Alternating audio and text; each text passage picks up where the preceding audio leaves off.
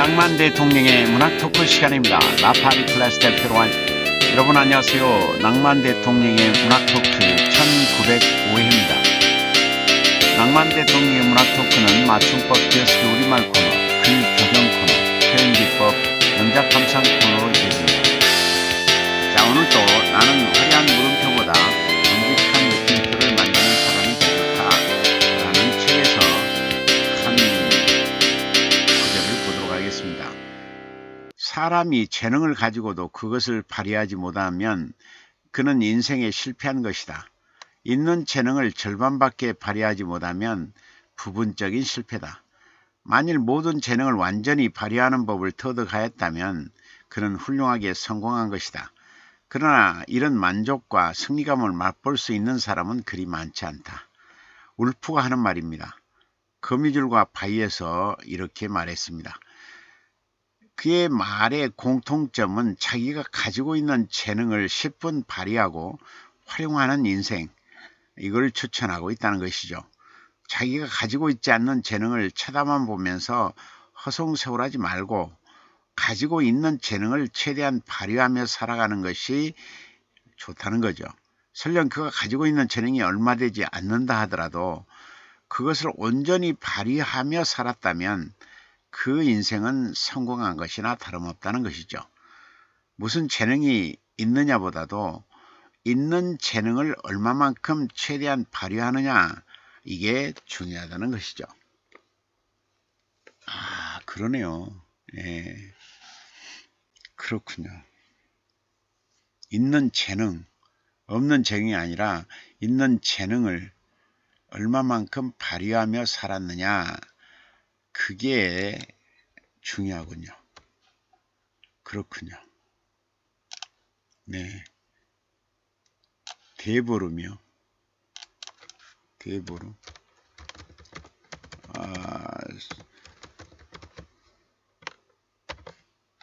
교정보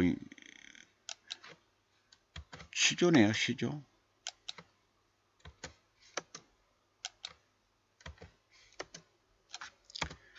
시조예요. 시조.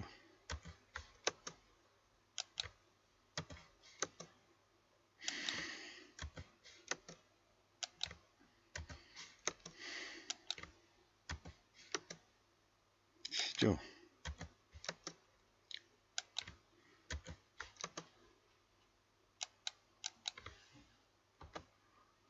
네.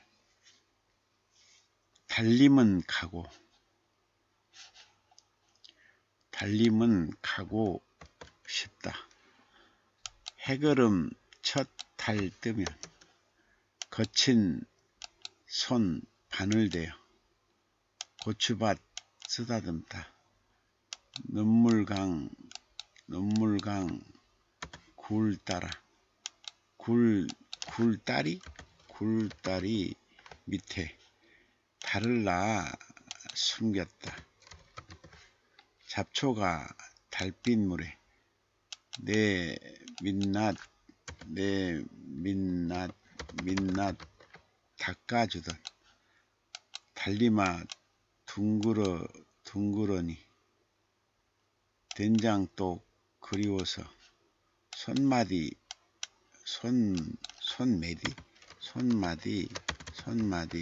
흙 반죽되어 달림인가 별리마. 흐르는 한강물은 세월이 막을 쏜가. 달 끄면 별도 가지. 가마솥 누룽지만 구수한 흰구름 따라 흘러가는 뒷모습. 그랬는데요. 대보름이라고? 특이하게 썼네요. 달림은 가고 싶다.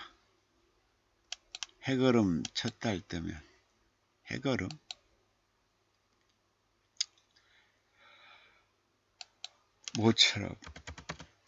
모처럼 첫 달 뜨면 거친 손 바늘대어 고추밭 쓰다듬다. 눈물강 굴다리 밑에 달을 낳아 숨겼다. 잡초가 달빛물에 내 민낯 닦아주던 잡초가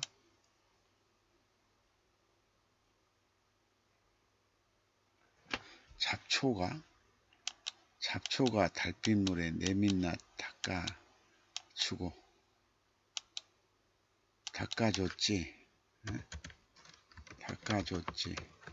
달리마 둥그러니 된장떡 그리워서 손마디 흑방죽태야.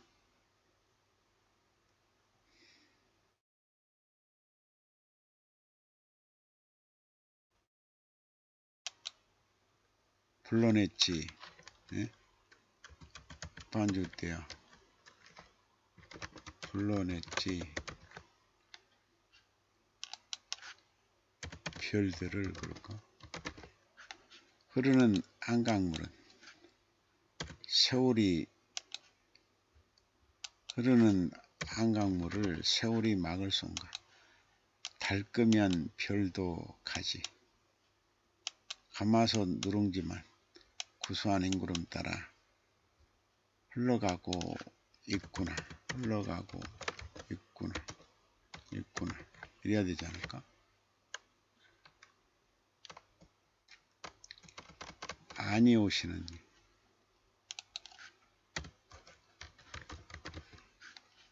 아침마다 집 앞 공원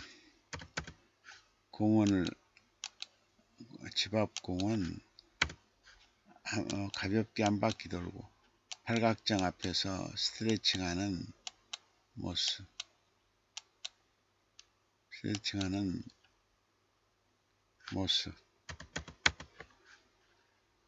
오늘도 베란다 창문으로 왔습니다. 님께서 들어오실 때쯤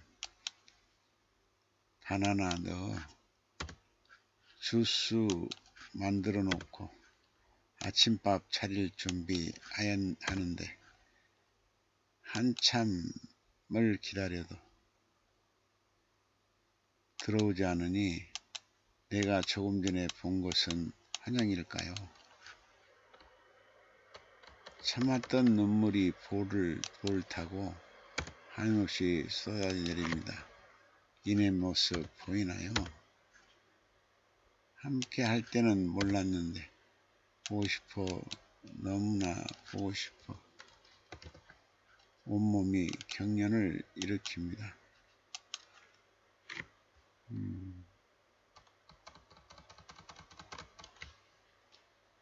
포도,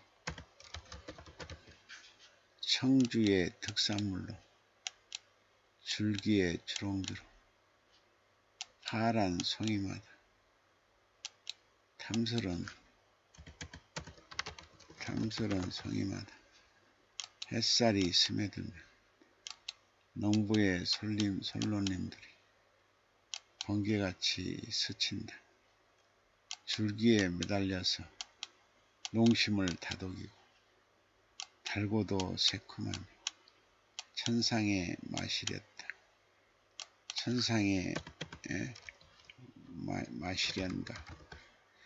포장지 여러 젖치면이지. 젖치면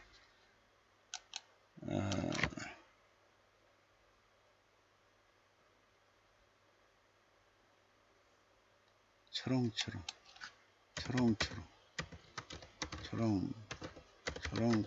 빛난다.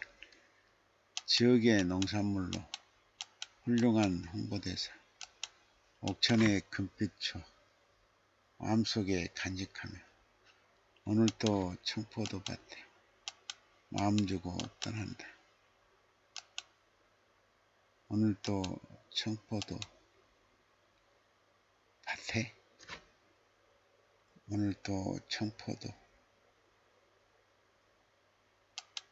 청포도 타령 마음 주고 떠난다.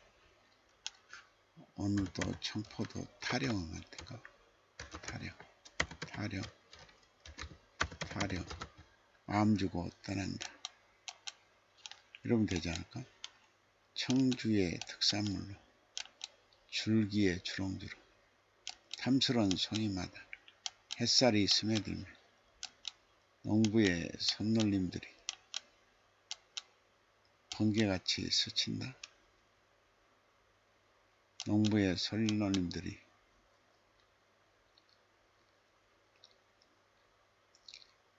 문 앞에서 스친다. 농부의 선로님들이 손놀림들이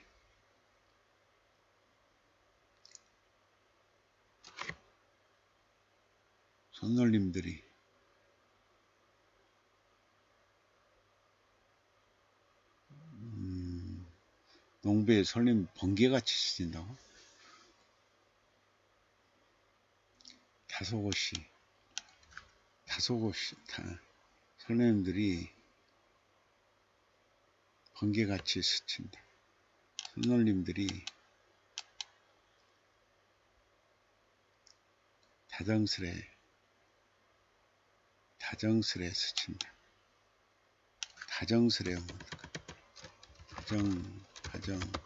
다정스레 스친다. 줄기에 매달려서 농심을 다독이고 달고도 새콤함이 천상의 맛이란다. 포장져 여러저치니 초롱초롱 빛난다. 지역의 특산물로 훌륭한 홍보대사. 옥천의 금빛 추억 마음속에 간직하며 오늘도 청포도 타려 마음 주고 떠난다.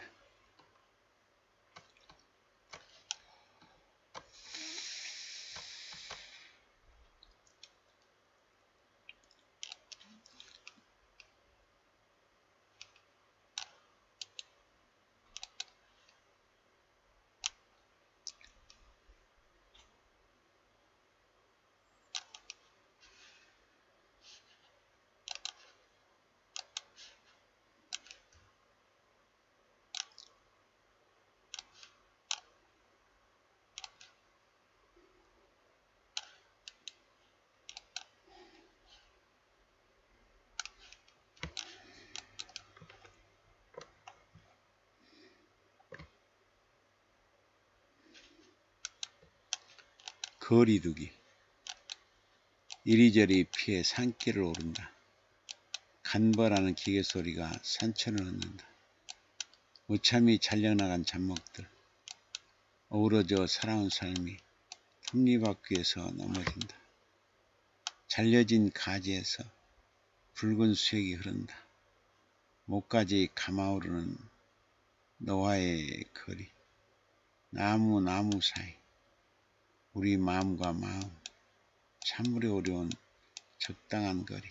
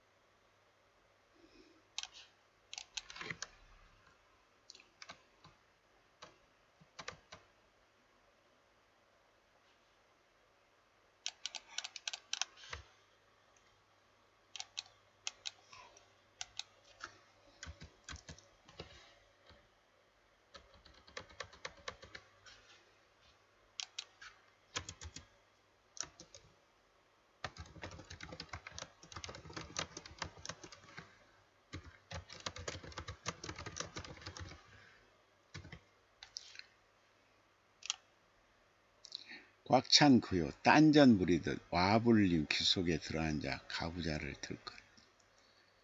절간 녹슬은 구리종이 기억하는 병력일까.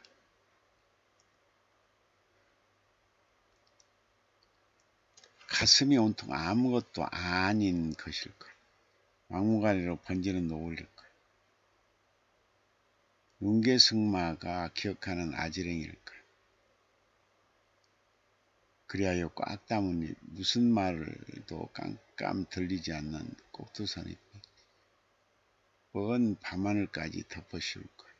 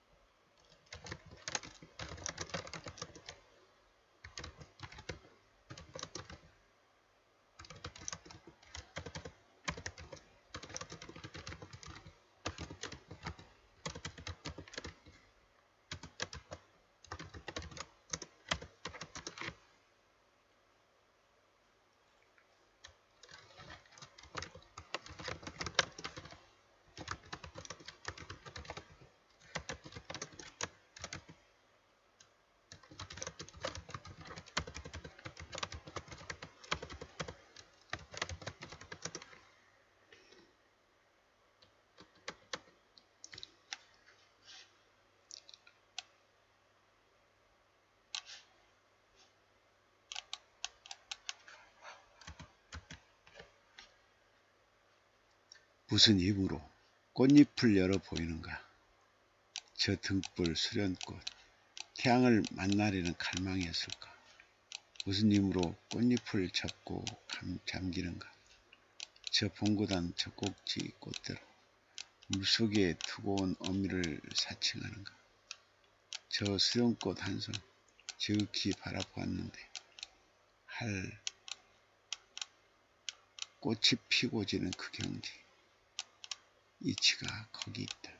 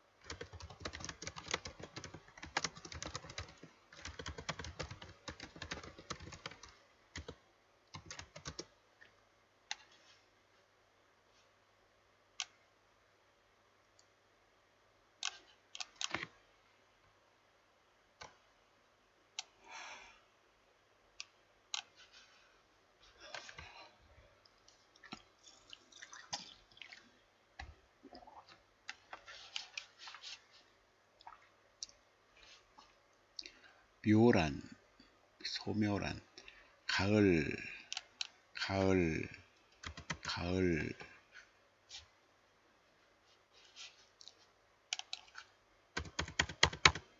가을 청평사. 바람끝이 풀잎에 들어놓고, 바람끝에 풀잎이 들어놓고, 담쟁이 넝쿨이 푸른빛을 잃어갈 적 마음이 먼저 계절을 탄다.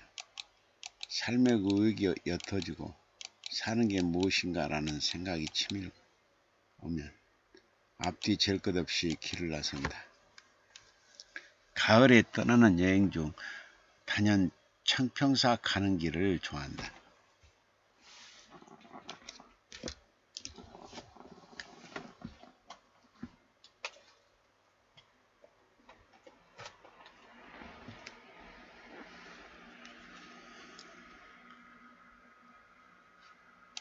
자연을 보며 자연과 하나 되고 싶어 떠나는 여행. 그때는 혼자 떠나는 것이 좋다. 날로 변해가는 계절에 잠시 지체하다 행여 발길 묶일까 서두르게 되는 여행길은 설렘 그 자체다. 청평사 가는 길, 경춘선 기차를 타고 2시간 달리노라면 차창 밖으로 스치는 풍광은 매번 지나칠 때마다 눈을 즐겁게 한다. 마성역을 지나 천마산을 바라보니 지난날 친구들과 올랐던 산행의 추억이 떠올랐다. 눈 덮인 산에서 추위에 떨며 먹었던 정심, 그때의 김치 맛이 입가에 미소를 짓게 한다. 지금 생각하니 밥과 김치가 전부였던 것 같다. 그때의 소녀는 간 곳 없다.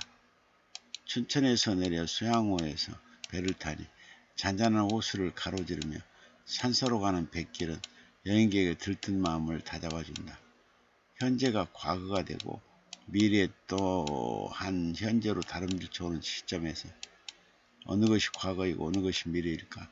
하지만 굳이 그 길에서는 의미를 부여하게 되고 되짚어 보게 되는 것 또한 청평사 가는 길에서 느끼게 되는 묘입니다.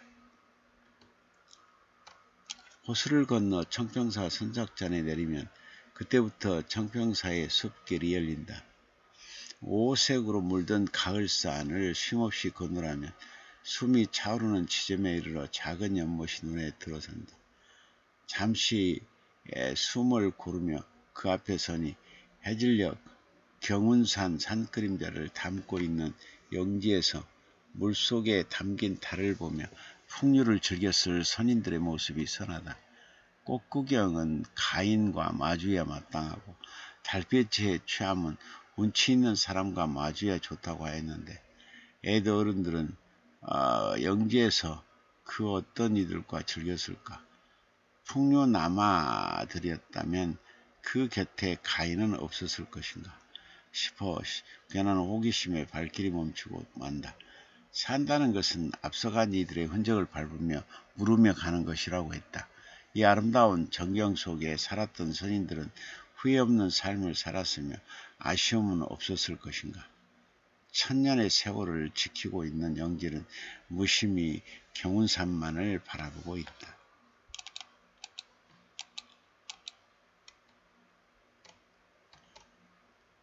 연못을 지나 산사에 이르니 회전문이 눈에 띈다. 전설에는 당나라 평양공주를 사랑한 상사뱀이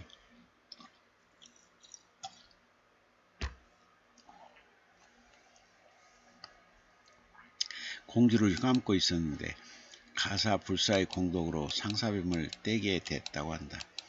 그러나 공주를 잊지 못하고 그리워하던 상사뱀은 공주를 찾아 절원으로 들어가려다 외생병력을 맞고 쏟아지는 소나기에 밀려 그 문을 나오게 되었다는 회전문. 이루니보단 사랑의 전설 때문인지 회전문 밖에서는 상사뱀의 피해가 굳은 날 계곡을 타고 몸부림을 치는 듯 으스스함마저 느껴졌다. 이루니 못하고 전설로 남겨진 사랑 이야기. 그것은 욕심을 버리라는 가르침은 아닐지. 진정 사랑한 사람이라는 그를 위해 기도해야 할 것이다. 사랑한다는 이유로 공주를 괴롭혀온 상사뱀이나 일방적인 집착으로 스토커가 되어 사랑하는 이를 괴롭히는 사람들. 이들의 잘못된 사랑, 그것은 욕심이 부른 화가 아니었을까? 욕심내지 말고 가슴에 묻었다면 좋았을 아름다운 사랑도 구구절절 사랑의 이야기들이 난무하면서 사랑이란 단어조차 별진되는 것은 아닌지. 회전문 앞에 서니 사랑한다던 내 마음도 지레 움츠러든다. 가을은 살아남기 위해 처절함이 곳곳에 깃들어 있다. 아픔을 사겨가며 찬란함을 과시하는 계절에 그리워하는 순간만이라도 가슴을 온전히 따뜻하게 하는 사랑 하나 간직하고 여행을 떠나자. 행복은 마음에 있는 것이다. 사랑하는 사람이야 있든 없든 마음이 고요하고 평화로우면 세상 모든 것이 여유롭고 사랑스럽지 아니한가. 가을에는 바람 끝에 묻어나는 아픔은 접고 마음은 늦가을처럼 피우고 욕심 조금 내려놓고 지나간 세월 한 자락 펼쳐 아름답고 행복했던 시간을 더듬으며 추억을 검사하게 보는 것도 좋을 듯하다. 어디쯤에선가 함께 즐거워했던 시간도 있었을 터 그 시간에 잠시 머물러 보자. 낙엽 지는 때 수선스럽지 아니하고 화려하지 않아 금방이라도 묻혀버릴 것 같은 애잔한 사랑 하나 묻어두고 나 하나의 사랑을 노래해도 좋을 것 같아 찾아가는 곳. 그곳은 가을이면 붉게 물든 단풍이 수면 위에 곱게 수놓고 다소곳한 경운산 자락이 감싸하는 곳. 숱한 사연들이 켜켜이 쌓인 낙엽들만큼 부러져 있는 그 길. 가을 청평사. 그곳은 늘 내 가슴에 화인으로 남겨져 있다.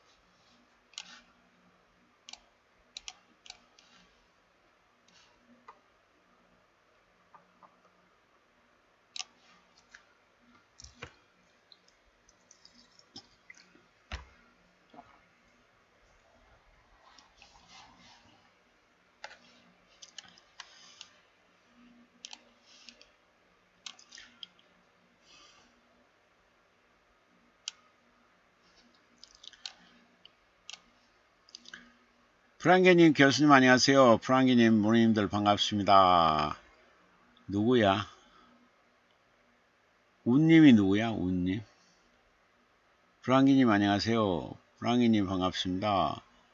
네, 시십 멋집니다. 교정 감사드립니다. 운님이 누구야?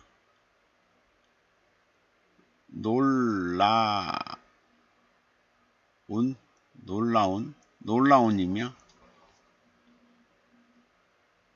놀라운님이 송호님이야? 송호님 닉네임이 바꾸셨나요? 프랑기님 못 알아봤잖아요. 송호님 네 바꿨어요. 놀라운님으로 바꿨다고? 세실리아님 교수님 안녕하세요. 프랑기님 세실리아님 반가워요. 송호님 세실리아님 안녕하세요. 네. 세실리아님 송호님 프랑기님 안녕하세요. 그러네.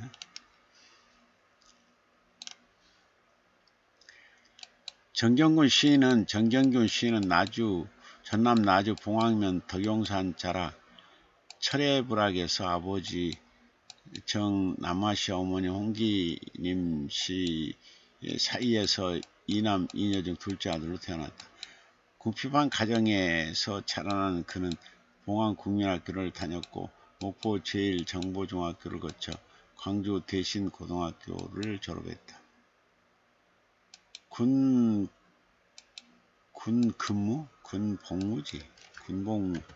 군복무를 마치고 곧바로 신학교 대학부에 입학하여 신앙생활에 초석을 깔았다. 대학 재학 중에 지인의 소개로 지금의 아내를 만나 결혼하여 슬하에 이남 일녀를 두었다. 첫째 아들은 제주도에서 사업, 둘째 아들은 미국에서 한의원으로, 딸은 한의사로 각각 살아가고 있다. 서울신학대학원을 졸업한 뒤 목사가 되어 성정중앙교회에서 부목사로 5년간 사역한 뒤 대천중앙교회로 옮겨 24년간 담임목사로 사역하다가 퇴직했다. 한때 광신대학교 헬라어 강사를 맡기도 했다. 지금은 대천중앙교회 원로 목사로 있으며 여생을 보내고 목사로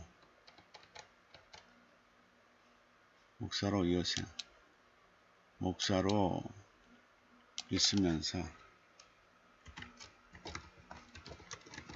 한가로운 여생을 보내고 있다.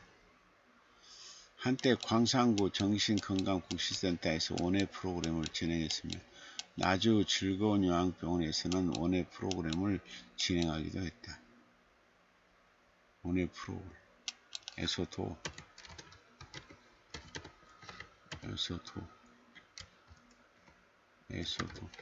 원예 프로그램을 진행하기도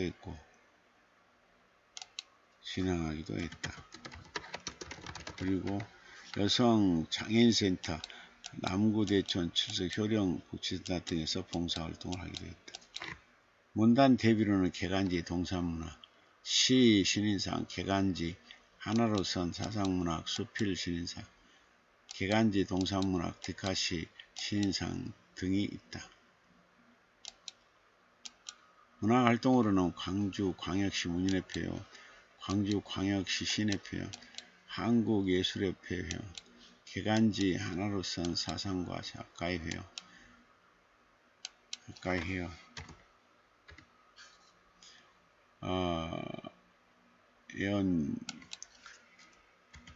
회원 및 운영위원, 효령문학회원, 한글한문학회 회원, 한실창자, 문해창자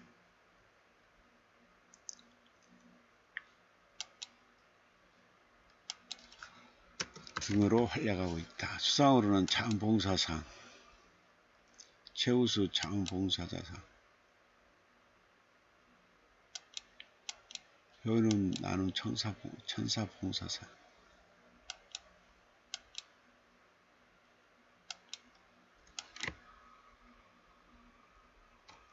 자, 지금부터 정경군 시인의 디카시 세계로 탐색 여행을 떠나보기로 하자. 어디로 가지? 멈춰라 빨간 신호등.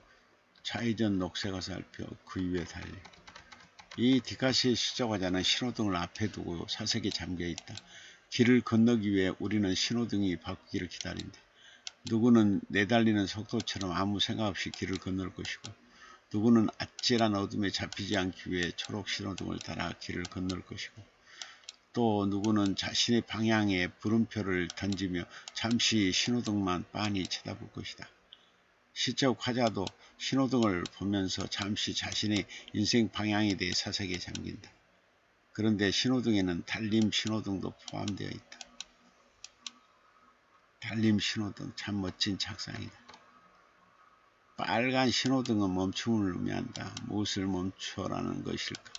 아무 생각 없이 먹고 살기 위해 무작정 내달렸던 속도를 멈추라는 것일까? 방향도 없이 그날그날에 따라 움직였던 걸음을 멈춰라는 것일까? 감정의 흐름대로 마음을 움직였던 하루를 멈춰라는 것일까? 하여튼 잠시 멈춰야 한다고 시적화자는 말하고 있다. 멈춰서서 자신이 원하는 인생 방향을 따라 가야 한다고 말하고 있다.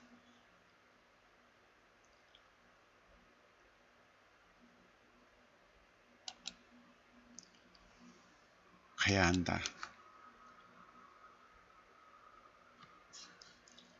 는 말하고 있다. 가야 한다고. 가야 한다고. 녹색 화살표가 표시된 자신의 인생길을 가야 한다고.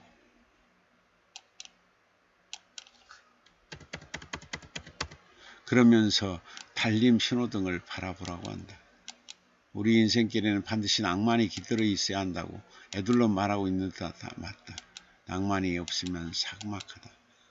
자신이 원하는 녹색 신호등을 보며 건너가는 인생길을 할지라도 그곳에 낭만이 없으면 삭막하다. 달빛 흥건한 낭만과 사랑이 있어야 진정으로 행복한 것이다. 우리는 수많은 인생의 신호등 앞에서 어떤 길을 선택하고 어떤 길을 가고 있는가? 그 질문을 이까지는 던지고 있다.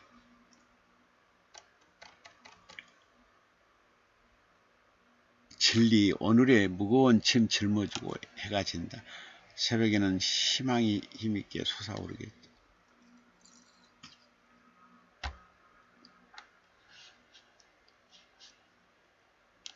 이 디카시에서의 시적화자는 지는 해를 바라보며 사색에 잠겨있다. 하루해가 진다. 오늘을 짊어졌던 배달 일을 끝내고 해가 진다. 아침을 배달하고 점심을 배달하고 저녁까지 배달하느라 하루에는 힘들었을 것이다. 밀려드는 어스름이 낯설게 다가올 만큼 불두렁이처럼 뜨거운 하루를 배달하고 또 배달했을 하루에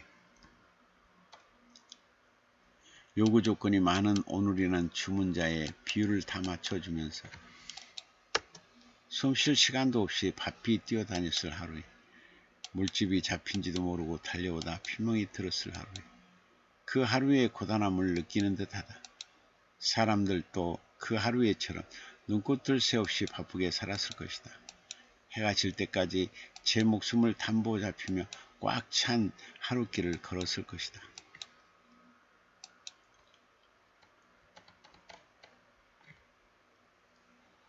아파트에 늘어서 있는 주차 차량만 봐도 하루의 일과가 얼마나 힘들었는지 느껴진다. 노을이 깔리기 시작하면 무거운 짐 짊어지고 서산을 넘어가는 해가 오히려 고맙기도 하고 안쓰럽게 여겨지기도 한다. 한편으로 무거운 짐은 해가 짊어지고 서산으로 가버렸으니 이제 홀가분하게 가벼운 몸으로 귀가하면 될 듯하다. 그래 차라리 그렇게 여기자. 나의 무거운 짐은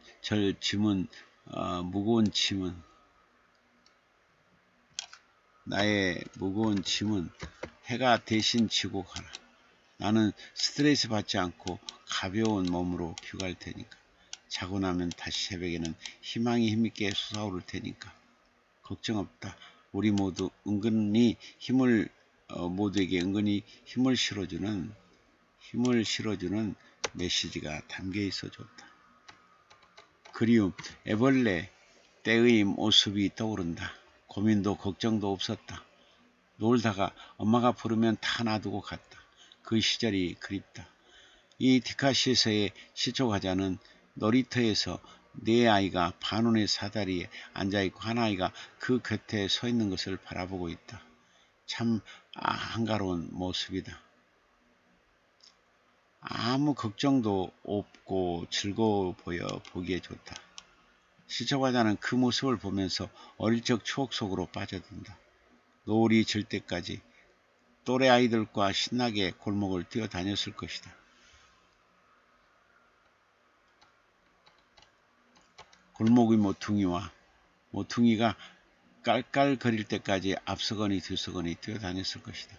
그 골목에서 아이들은 우정을 만나고 내일을 만나고 겨울을 만나며 즐거웠을 것이다.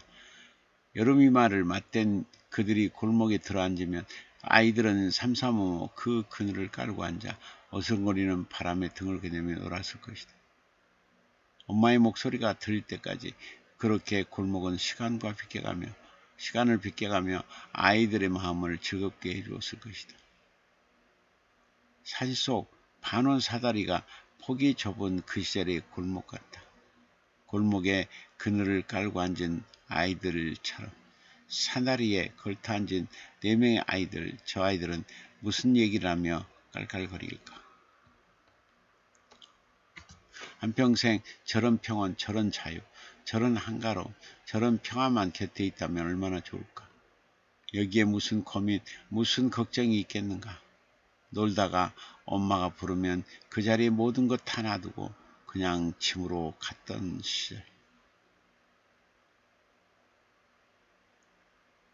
그때가 몹시 그리운 시적하자.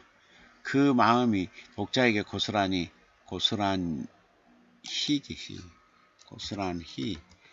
전달되고 있다. 고스란히가 맞지?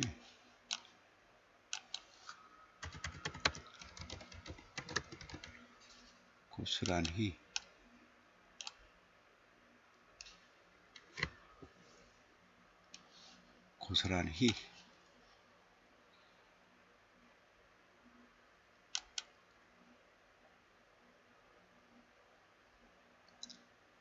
어쩜 이때가 인생에서 가장 무욕의 시절이 아니었을까? 그런 생각에 가슴이 먹먹해진다. 영락공원 가는 길. 사람이면 누구나 한 번은 가는 길. 언제 갈 줄 모르지만 아름답게 살다 가고 싶다. 이 뒷가시의 시적화자는 영락공원 납골당 가는 길에 눈길을 주고 있다. 그 길은 회원들이 즐비한 길이다. 화원들이 돌아가신 분들과의 추억이 아름다워 여전히 납골당 가는 길은 꽃길이라는 뜻일까? 아니면 죽음이 다가오는 그날까지 아름답게 살고 싶다는 뜻의 꽃길일까? 이 뒷가시에서 꽃길은 두 가지 의미를 모두 담고 있는 듯하다. 문득 죽음으로 가는 길이 꽃길이라면 얼마나 좋을까라는 생각이 든다. 그만큼 아름답게 살아왔다는 뜻이기에 더 부러울 게 없을 듯하다. 실제로 정경주 시인은 은퇴 전까지 목회자의 길을 걸었다. 나눔을 실천하는 꽃길과 같은 삶을 살아왔다. 앞으로의 여생도 그와 같이 나눔의 꽃길을 걸을 것 같다. 그런 분이 우리 곁에 있어 행복하다. 사진 속에는 쭉 늘어진 초화들이 있다. 납골당 가는 길에 누구나 초화 한 다발은 사서 들고 갈 것 같다. 어찌 조상의 묘를 찾아가는데 빈손으로 갈 수 있겠는가? 거기 그 화원에서 꽃다발을 사면서 시적화자는 먼 훗날 자신의 길도 떠올렸을 것이다. 어차피 한 번은 가야 할 길, 그게 피할 수 없는 길이라면 이왕에 아름답게 살다 가고 싶다고 다짐했을 것이다. 아주 귀한 삶의 방향 중 하나다. 이 세상을 떠나기 전에 되도록 아름답게 살다 가고 싶어하는 마음, 이게 여생 전체를 지배했으면 좋겠다. 그게 바로 여생을 승리하는 길이 아닐까. 승리하는 길이 아니겠는가.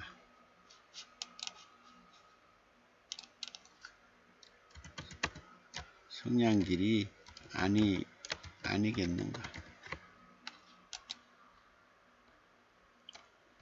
가슴 철렁. 새벽에는 꽃이 피고 오후에는 오므라들고 해 지면 한 잎씩 떨어지고 이 디카시에스의 시작화자는 하루를 세 등분하고 있다. 새벽, 오후 해질녘 이렇게 셋으로 나눠 꽃의 인생을 바라보고 있다. 청춘 때인 새벽에는 꽃이 핀다.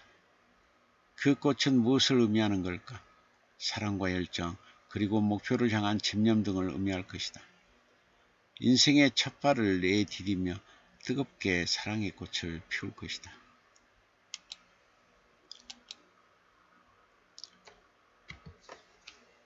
그 꽃이 뜨거워 사랑의 불에 데이기도 하지만 아름다운 꽃을 피우기 위해 기다림과 그리움으로 다가갈 것이다. 그렇게 울컥이며 마음 졸이며 피어난 꽃이 오후에는 오므라든다. 인생의 중년 때인 오후에는 꽃이 오므라든다.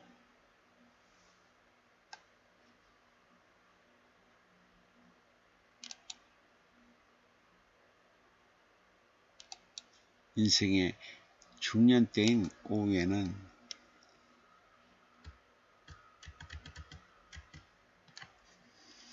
여기서 중년의 꽃은 무엇을 상징할까? 자신만만했던 건강, 열심히 달려왔던 꿈 등을 상징할 것이다. 현실이라는 벽 앞에 자신의 꿈이 좌절되면서 먹고 살기 위해 빠듯하게 살아가야 하는 중년의 모습이 보이는 듯하다.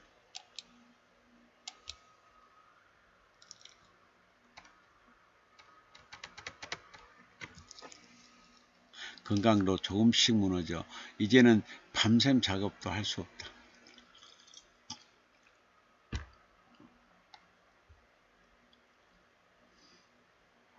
어쩔 수 없이 삶의 꽃이 조금씩 오므라드는 걸 봐야 한다.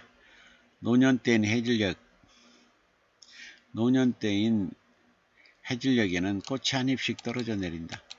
가까운 지인이 저 세상으로 떠났다는 안타까운 부고를 접해야 한다. 가슴이 철렁이는 시간을 홀로 견뎌내야 한다. 함께 청춘의 꽃으로 붉게 피어났던 시절이 엊그제 같은데 이제 그 사람이 어디에도 없다. 돌아보면 늘 그 자리에 서 있는데 소리쳐 불러봐도 이제는 대답이 없다. 쓸쓸한 시간만 남겨놓고 그의 꽃은 떨어졌다. 이 시 속에 담긴 메시지는 교만한 인간들에게 슬쩍 내던진 경고의 한마디처럼 들린다. 이제 곧 지고 말 인생이야. 너무 교만해 떨지 마라. 제발 겸허하게 인생을 바라보라. 그리고 숙연한 자세로 인생에 임하라. 방정을 떨지 말고. 그렇다고 기죽어 지내지도 말라. 꽃 피어나 꽃 지는 인생 마음껏 즐겁게 살다가 겸허히 인생의 마무리를 하라. 그 메시지가 가슴을 때린다. 길에서 돌담을 끼고 갑니다. 아침에서 저녁으로, 저녁에서 아침으로 통했습니다. 내가 사는 건 잃지 않는 길 찾는 까닭입니다.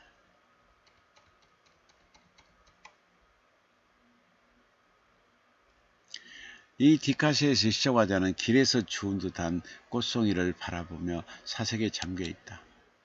시작하자는 돌담 끼고 가는 골목 그 어디쯤에서 꽃을 주었을 것이다.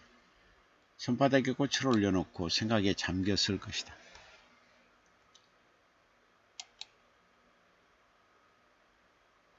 세상에 잠긴다. 생각에 잠긴다. 이 꽃도 제 몫의 아름다움으로 피어나기 위해 아침에서 저녁으로 나 있는 꽃의 길을 걸었을 것이다. 그러다가 다시 저녁에서 아침으로의 길을 걸었을 것이다. 그렇게 꽃의 길을 걸으며 한 송이 화사함으로 피어났을 것이다. 그렇게 꽃의 길을 걸으며 한 송이 화사함으로 피어났다.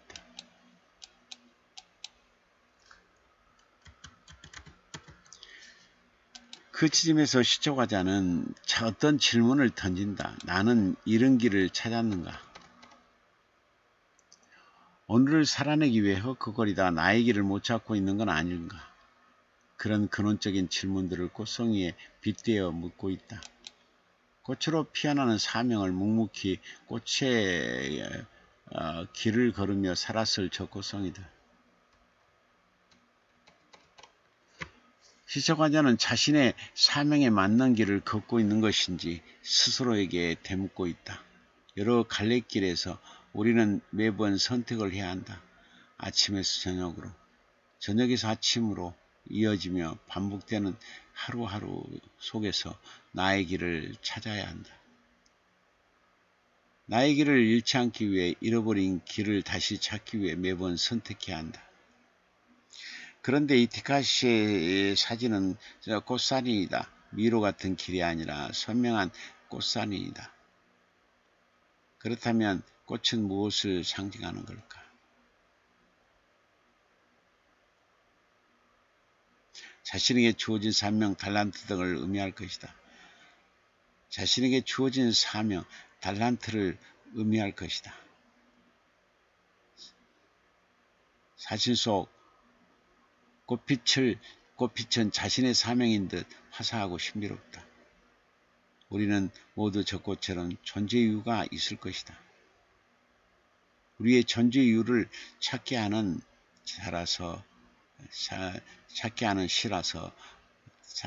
디카시라서.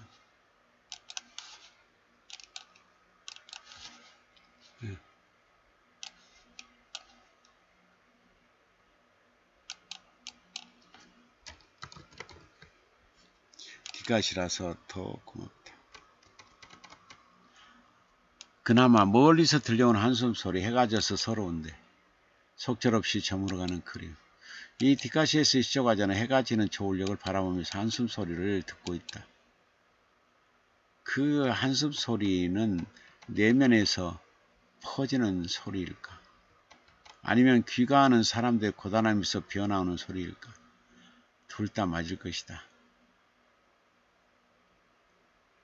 사람들은 어떻게든지 오늘을 살아야 하기에 하루길을 걸어오느라 피곤했을 것이다.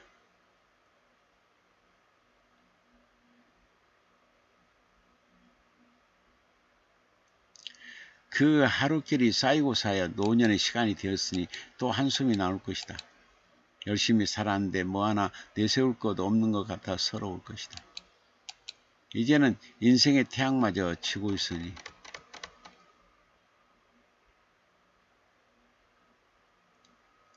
더 서러울 것이다.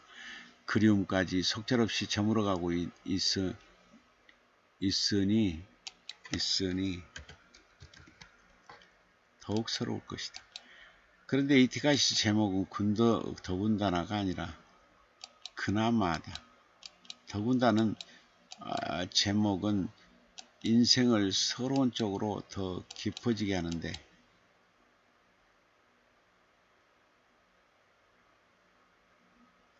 그나마는 인생을 긍정의 시선으로 바라보게 한다. 어찌 보면 글의 의미와 정반대다. 속절없이 저물어가는 그림이지만 그림은 아직 남아있다라는 시선으로 바라보게 한다. 생의 마지막 골목에서 희망을 보는 듯한 기분이다. 인생의 마지막 순간까지 우리는 그나마라는 관점으로 삶을 바라봐야 한다. 삶을 대하는 시적 화자의 시선이 밝아서 좋다. 한숨소리가 들리지만 해가 지지만 그림도 저물어 가지만 그나마 우리는 살아있지 않은가. 그런 희망을 얘기하고 있는 듯하다.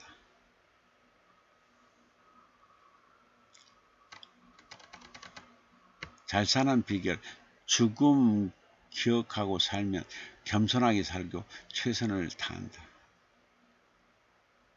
이 디카시에서의 시적화자는 가지치기 당한 나무 한 그루를 바라보고 있다.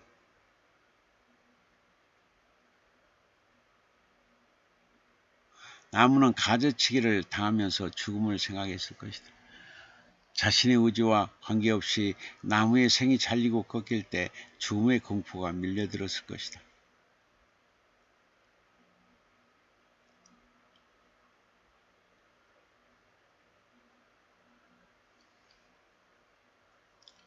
그래서 나무는 연두빛 겸손을 싹 틔웠던 것일까?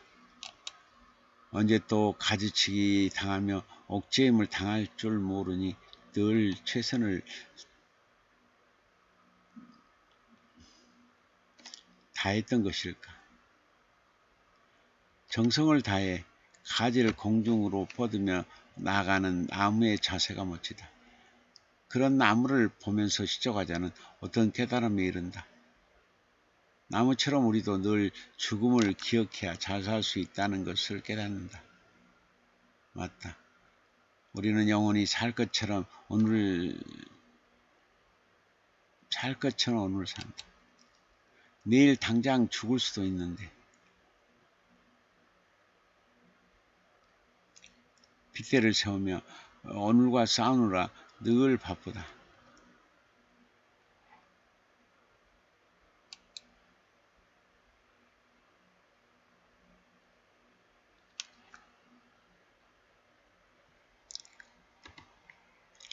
빗대를 세우며 오늘과 싸우느라 늘 바쁘다.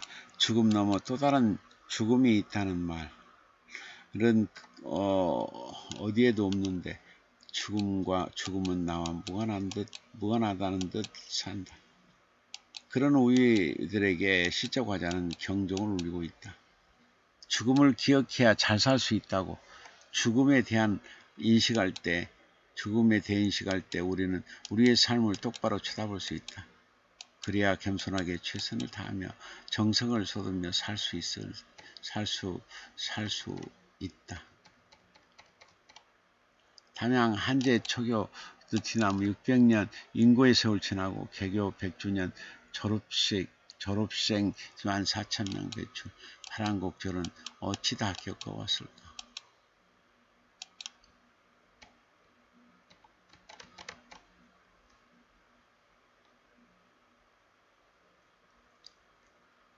이 시의 뒷가시에서의 시적화자는 전남 담양구 한제 초등학교 교정에 서 있는 느티나무를 바라보고 있다. 천연기념물 느티나무는 600년의 수령을 자랑한다.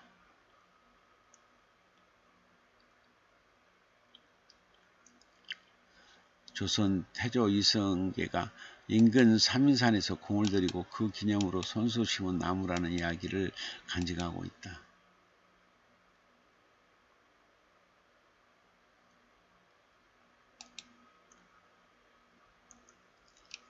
수령이 600년이라면 1400년쯤에 심어진 조선의 흥망성쇠를 다 배웠다는 뜻이다. 저 느티나무는 가장 오래된 조선 역사의 증인이자 가장 확실한 야사의 진술자다.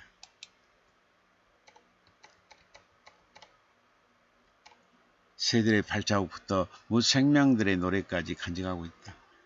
공중을 비상하는 날개의 흐름까지 모두 보완하고 있다. 그 저력으로 14,000명의 현재 초등학교 졸업생을 배출했을 것이다. 바라만 봐도 그 유세에 눌려 마음을 겸허히 추스리고 서 있게 만드는 느티나무. 밑둥에 힘이 좋고 위로 뻗어나가는 나뭇가지의 기서도 활기차다. 초등학교 개고 100주년 그 사이에 배출된 14,000명의 졸업생, 그동안 겪은 파란 많은 곡절과 사연들, 어찌 그 많은 세월 동안 참고 견디며 극복해 왔을까? 아찔하다.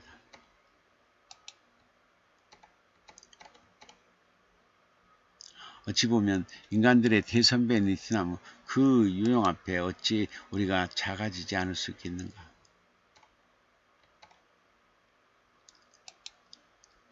이 디카시스 시적화자는 오래된 나무 한 그루가 거의 누워있다시피 서 있는 모습을 보고 속으로 한마디 내뱉고 있다. 저리 구멍이 뻥뻥 뚫려있는 나무, 막혀있는 저 옹이의 크기만큼 속이 썩을 텐데.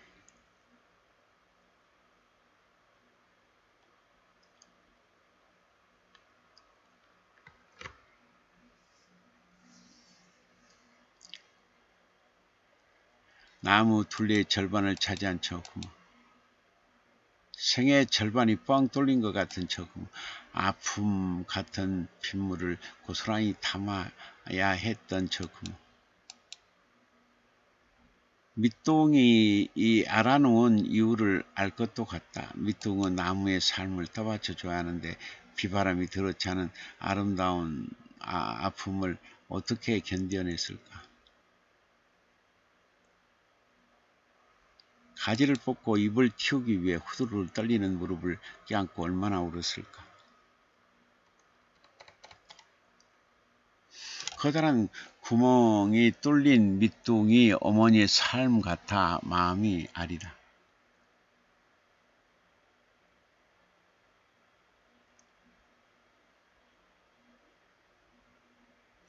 푸른 잎 같은 자식들의 내일을 위해 속이 썩어도 어머니는 참아냈을 것이다. 그 아픔이 깊어 이제는 어떤 의술로도 치료할 수 없는 어머니의 슬픔 같아 마음이 아프다. 사진 속 밑둥에 옹이가 박히고 구멍이 생길 때 아무도 도와주지 않았을 텐데 혼자서 묵묵히 모든 시련과 고통과 역경을 견뎌냈을 텐데 참 암스럽기도 하고 또 장하기도 하다. 수많은 세월이 지났어도 아물지 않고 치료되지 않고 저리 구멍 뻥 뚫린 채 남아있는 흔적, 저 상흔의 의미가 뭘까 생각할수록 가슴 저미게 한다.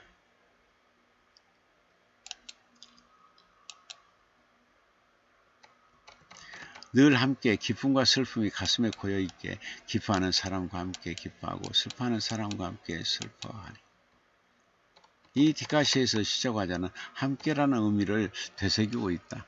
사전 속 나무는 한 그루지만 언뜻 보면 여러 그루의 나무가 모여 한 그루를 이루고 있는 것처럼 보인다. 슬픔이라는 나무, 기쁨이라는 나무, 서름이라는 나무 등이 한데 모여가지고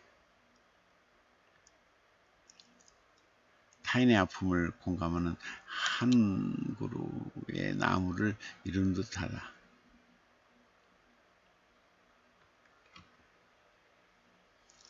시적 화자는 하나이되 여러처럼 보이는 나무를 보면서 함께라는 의미에 대해 생각하고 있다. 수많은 마음의 서랍장에는 여러 감정이 들어있기에 필요에 따라 서랍에 들어있는 감정을 꺼내 있고 타인의 기쁨에 함께 기뻐하고 타인의 슬픔에 함께 슬퍼할 수 있는 것이다.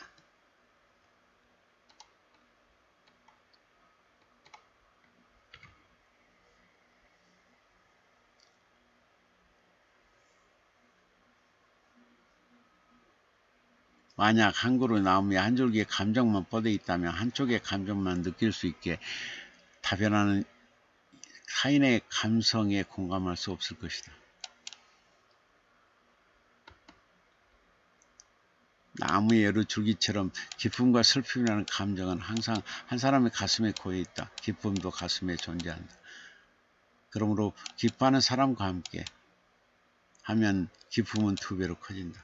슬픔은 늘 가슴에 잠겨 있다. 따라서 아파하는 사람과 함께 슬퍼하면 그 슬픔이 절반으로 줄어든다.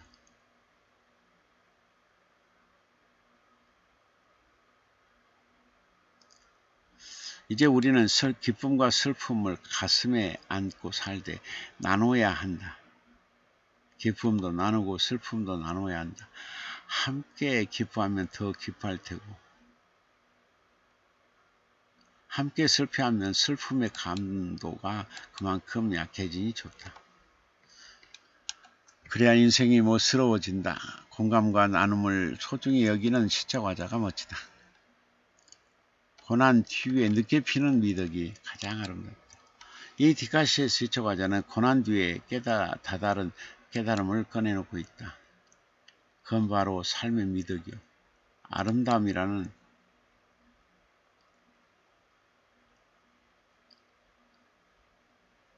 늦게 피는 삶의 미덕이 가장 아름답다는 발견. 아주 대단한 발견이다.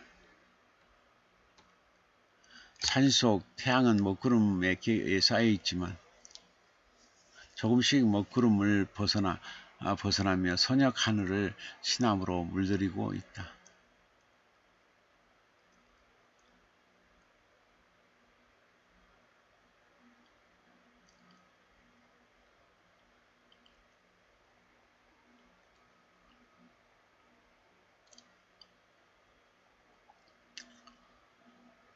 그 지점에서 시적하자는 어떤 깨달음을 얻는다. 먹구름을 벗어나며 물드는 노을처럼 늦게 꽃피는 삶이 더 아름답다는 것을 깨닫는다.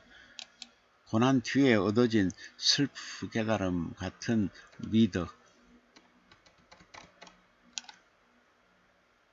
미덕을 저 노을에 빗대어 말하고 있다. 늦가을의 붉은 단풍이 봄꽃보다 더 아름다운 이유도 이와 같을 것이다.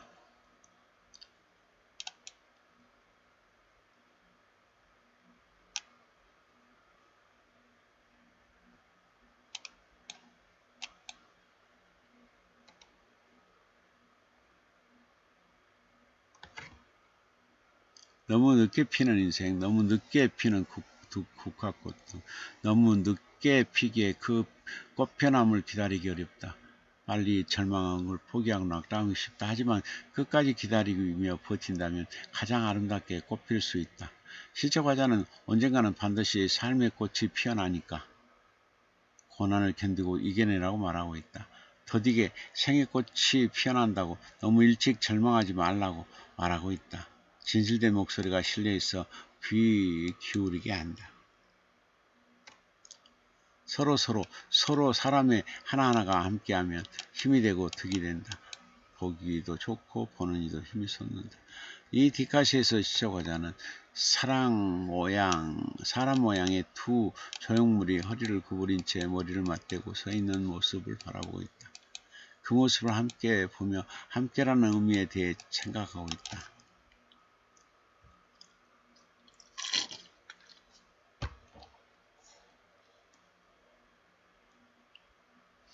머리가 긴 왼쪽의 조형물은 여자이고 머리가 짧은 오른쪽의 조형물은 남자인 듯하다. 남자의 손에는 꽃다발이 들려있다. 저 꽃으로 남자는 사랑 고백을 하려는 것일까? 여자는 설레는 듯 부끄러운 듯 왼쪽 발을 살짝 들어 올리고 있다. 따로따로 살았던 두 남녀가 이제 함께라는 궤도로 진입하려고 한다.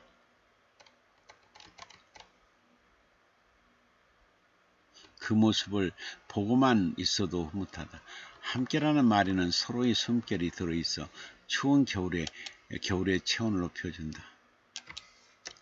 서로에게 건네는 잠과 모험의 체온이 추위를 누그러뜨린다. 함께라는 따스한 공간에서 두 남녀는 사랑을 속삭이며 미래를 꿈꿀 것이다. 그 시작점과 같은 두 남녀의 다가섬을 보면서 시적화자는 어떤 사색에 빠져든다. 저 조형물처럼 사람들이 사랑으로 함께하면 놀랍게도 힘이 되고 득이 될 것이라 생각한다. 사랑으로 함께한 사람들을 보면 보기에도 좋고 힘이 솟는다고 말한다. 맞다. 하나보다는 사랑하는 둘이 함께하면 더 행복하다. 함께라는 두 음절에는 알록달록한 달콤함이 들어있어 울컥이는 슬픔은 절반으로 줄어들게 하고 솟구치는 기쁨은 배로 늘어나게 한다. 단순하지만 실천하기에는 다소 버거운 함께라는 의미, 사색의 공간을 열어준 디카시가 있어 행복하다. 부럽다. 투명하고 얇은 두 쌍의 날개로 여름을 좋아하고 하늘을 자유롭게 나는 잠자리. 이 디카시의 시작화자는 철사로 만든 잠자리 작품을 바라보며 속마음을 고백하고 있다. 자유라는 말만큼 속이 후련한 단어가 또 어디 또 있을까? 자유롭게 가고 싶은 곳에 가고 자유롭게 하고 싶은 것을 할 수 있다면 얼마나 좋을까? 투명하고 얇은 두 쌍의 날개 같은 날개짓을 우리도 할 수 있다면 얼마나 좋을까? 일상에 얽매이고 주위의 시선을 의식하고 누군가의 기대에 부응하기 위해 노력을 해야 하는 하루길의 날개가 있다면 그 모든 것을 끊어내고 홀홀 날아올 수 있을 텐데 거추장스러운 명분은 저 멀리 던져버리고 홀가분한 자유를 입고 저 잠자리처럼 날고 싶은 것이다. 날개도 없이 바둥대는 하루가 아닌 단 한 번의 날개짓이라도 힘차게 날아오르고 싶은 것이다. 바람을 끌어가는 두 날개가 공중으로 몸을 던지며 홀홀 치솟고 싶은 것이다.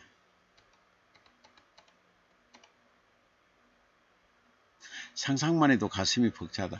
투명하고 얇은 두 쌍의 날개를 펄럭이며 하늘을 자유롭게 날아오르는 잠자리. 여름을 좋아하는 낭만의 잠자리. 바람이 솔솔 지나가고 구름도 덩실덩실 지나가고 푸른 하늘도 용용이 지나가고 인생도 지나가는 사이 마치 세상이 자신의 것이냐 하늘을 비상하는 잠자리. 어찌 부럽지 않겠는가. 늘 갇혀 살고 있는 인생살이. 이들이 추구하고픈 자유로운 삶, 우리 내면의 외침을 대변하고 있는 듯하다. 저 강인함, 그 좁은 틈바구 위에서 어떻게 살았을까? 물 한 방울 없는 곳에서 예쁜 꽃까지 피우다니 놀랍구나. 이 디카시의 수저과자는 피나진 시멘트 벽과 아스팔트 길 사이에서 피어난 들꽃을 바라보며 감탄사를 흘리고 있다. 계절과 계절을 잇고 어제와 오늘을 이어주는 듯한 저 노란 들꽃이 좁은 틈바구니를 촘촘히 채우고 있다. 샛노란 단추처럼 안정맞기도 한 저 풀꽃은 좁은 틈에서 꿈이라고 하는 하나의 소망을 쏙 밀어 올렸을 것이다.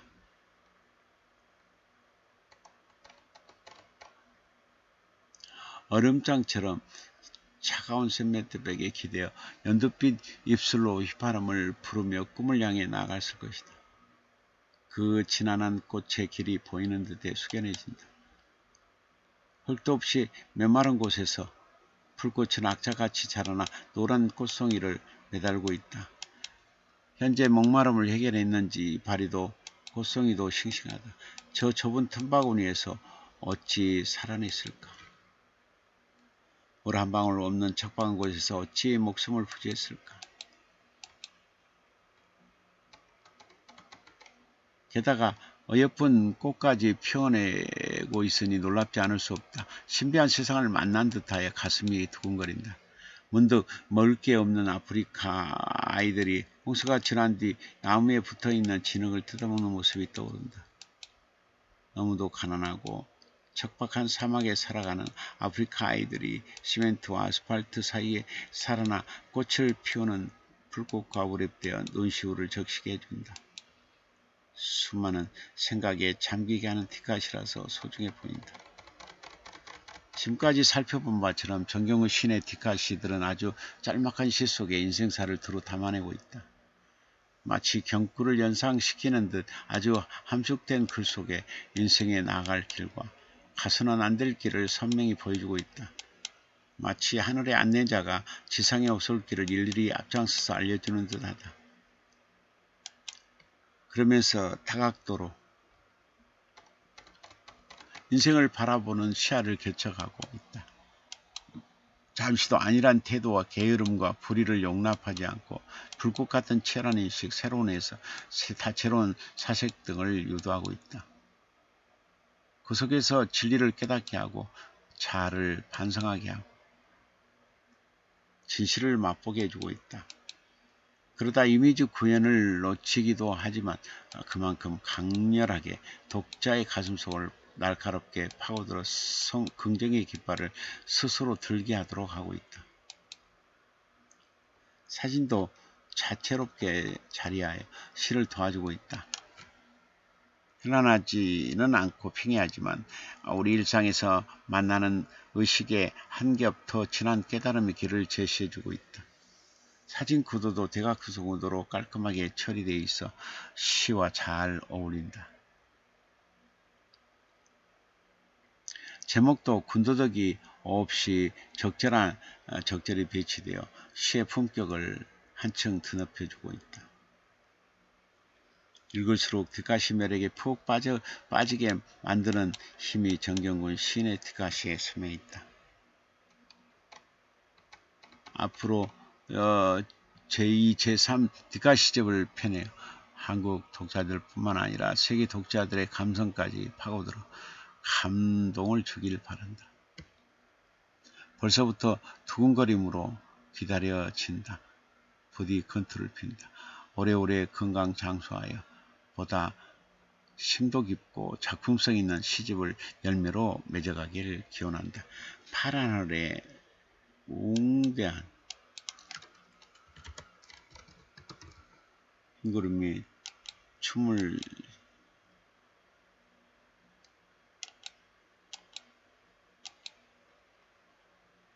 추는 때.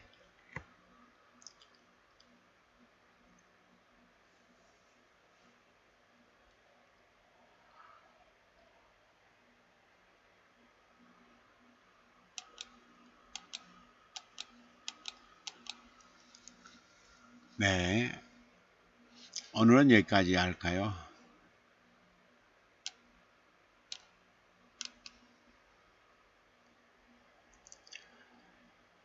프랑게님 교수님은 해박한 지식으로 평설을 술술 막힘없이 탁월하게 잘 쓰시니 감동과 울림이 있습니다. 최고입니다. 네.